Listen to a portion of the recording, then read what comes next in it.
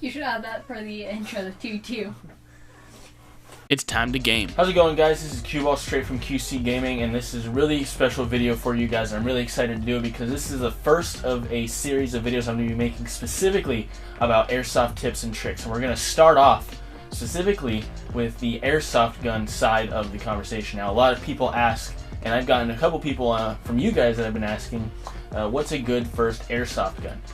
Before I can answer that question really accurately, because there's so many guns out there from so many different price ranges that you can't really find, what's the best beginner gun, because there's just too many options out there. In my hands, I have my Crytac, the Crytac Trident MK2 CRB. You guys have seen this in pretty much every one of my airsoft videos. I don't know if I've used any other gun, even though I have several others.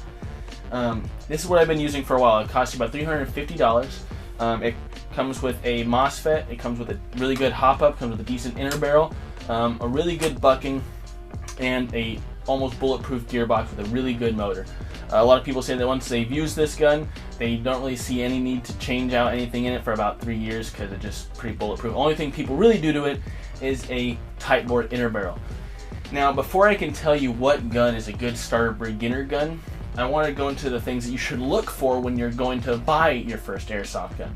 So, what makes up an airsoft gun specifically is you have a few different key components. You have your inner barrel, which goes along the length, comes right after your gearbox. After you're connected to your inner barrel, you have a hop-up unit, and that's what actually holds your BB in place before the piston can drive air to push that BB out.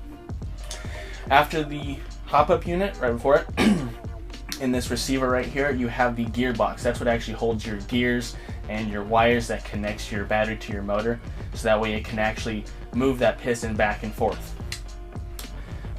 Right here in your handle, in this portion, you have your motor. That's what actually drives the gears to spin that back and forth. And you go backwards into your gun, and that's where mine is a rear wired gun, so that way the battery stays in this buffer tube and the stock covers it.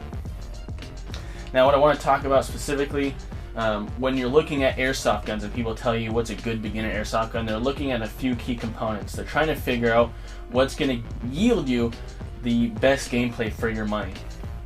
Now, most airsoft guns that are under, I want to say about $400, don't really come with a tight bore inner barrel. That's usually something that you do as your first upgrade, unless it's a really expensive AEG, which you're probably not looking at for your first gun. That's something that you want to take a look at, kind of in the hindsight. It's something that you do after you buy your gun. You're always looking for a tight bore inner barrel. At least I'm always looking for one, because it does give you a little bit higher FPS just because it's a little bit tighter, so the BB has more time to catch air to actually build up speed. So that's something that you look at afterwards. What you're really mainly looking at is your gearbox, and you're looking at your motor. Your gearbox, what I typically look at is if it says that it has a fully upgradable full metal gearbox. Now, the M4 platform carries a version 2 gearbox. The gearbox that you're looking at, I specifically always tell people that if it says that it's got a fully metal upgradable version 2 gearbox in your M4 platform specifically, it's gonna be a decent gearbox.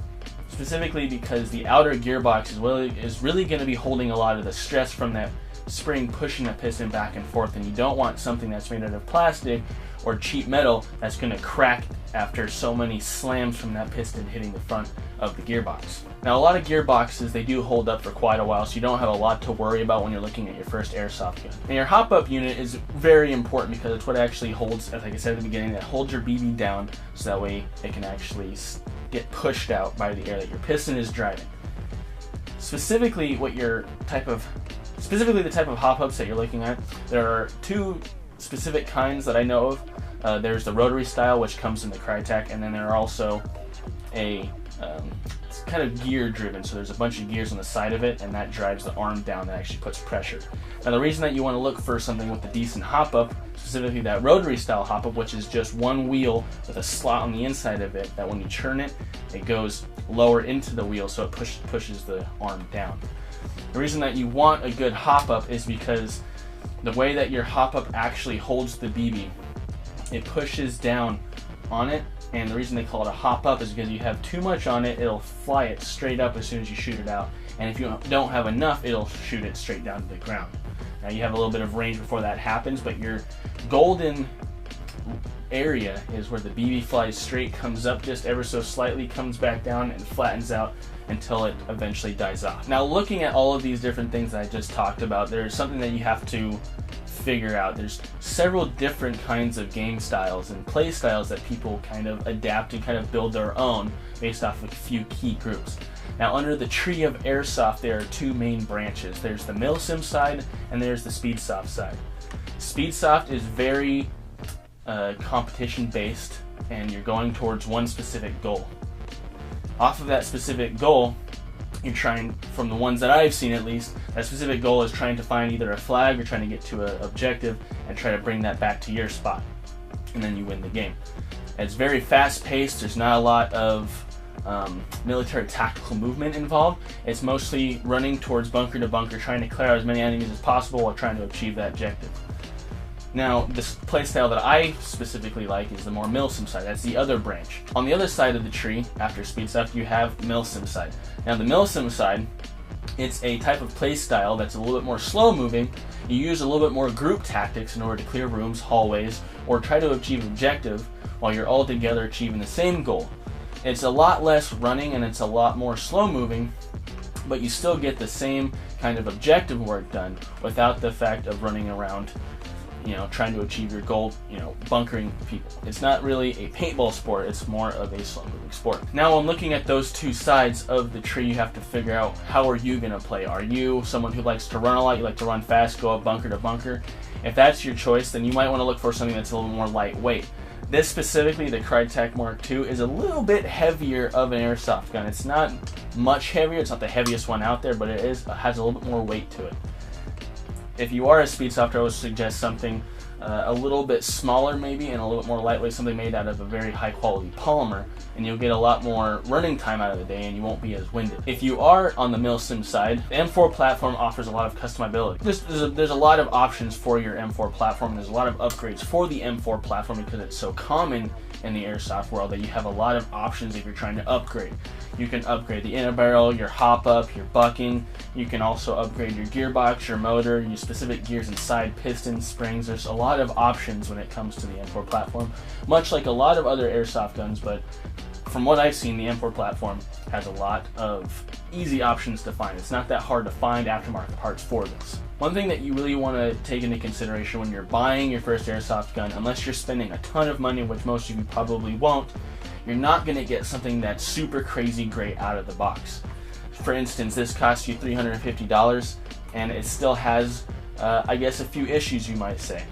One of the things I noticed right out the box is that you can't use 2.5 specifically with this gun, or else you'll get just a little bit of range and it'll fly off to the sides almost crazy like, which is funny because my first game of playing with this gun, I was actually able to curve around buildings and get people because that's the way the gun was shooting. So I was purposely aiming around and not aiming at people, which is not the way you want to be playing, but since that was the day that I had and I didn't have heavy enough BBs, that's how I had to adapt. 2.8s will solve this problem pretty quickly, and if you get a tight bore inner barrel like I got in this one, which I also got a tight bore 603 with an R-hop patch in the inner barrel. Also, what you want to look at when you're getting these no guns is that inside of the gun you have what's called a bucking. Now that sits in between your inner barrel and your hop-up unit. The bucking is a piece of rubber that actually is what the arm pushes down on and goes into the little window inside your inner barrel that holds down that BB. Now a lot of cheaper weapons will have buckings in them, but the bucking won't be as high quality as most aftermarket ones, and the aftermarket bucking itself isn't that much more expensive. A nicer bucking might cost you $10 at the most if you're getting something that will hold you for a while. So in conclusion, when you're looking at your first airsoft gun, you want to look at the spec sheet of whatever gun you're looking at or whatever gun someone tells you is a good option to buy. If you're looking at this Crytek or maybe an Echo 1 M4, you want to look at that spec sheet and see exactly what's inside of it, or do a little bit of extra research to see what's inside it. Make sure to keep in mind that when you're looking at the specs of these guns, you're also going to want to realize that some of these parts you're going to want to upgrade in the future just off the reason that it's not performing exactly as well as you want it to. Like I said, it's not going to be an expensive gun, so you're going to do a little bit of small upgrades that'll help perform it just a little bit better. For instance, like your tight bore inner barrel, your bucking, Not necessarily your hop-up unit if it's already good. I've just heard a lot of people say that the hop-up units, as long as they're rotary, they tend to be very well built. You don't really need to put an aftermarket hop-up in your gun if it's already rotary, unless you're doing a crazy expensive build or you want something very specific and you're doing it and you know the spec of your gun and you know exactly how it's going to fit inside that. What you also want to look at, as kind of a side note, inside your gearbox, some guns come with an internal MOSFET. Now you spend a little bit more money for these guns, but it really goes a long way because you can use a LiPo battery instead of the typical nickel batteries, and that'll get you a little bit more of a crisper feel on your trigger, and it'll help your motor wind up a little bit faster. But make sure to look at your spec sheet, and if the spec sheet says that it's recommended for a nickel battery, not a LiPo, do not make the switch without doing any MOSFET work, or else your gun may short out and no longer work. At the end of the day, all that matters is how your playstyle is going to be. Once you find out your playstyle, you'll be able to determine what kind of gun you want to get and what specs you should be looking. One way to find out what type of playstyle that you like is to actually go out to your local airsoft field and use the rental guns, or to have someone who you know who has airsoft guns go out with you, so that way he can help you out or maybe let you borrow one of his guns.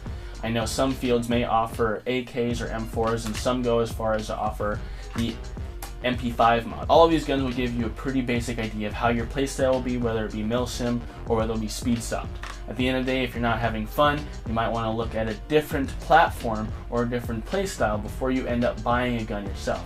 But as always, you want to make sure that you do a little bit of research on that gun you're looking at and see if the gearbox, motor, hop-up, and inner barrel are something that are worth having, while also taking into consideration that your inner barrel and your bucking may be replaced as soon as you get the gun, just because you want to have a little bit of a better play style. But always use the gun before doing these upgrades, because you want to know how your gun shoots before you start doing upgrades.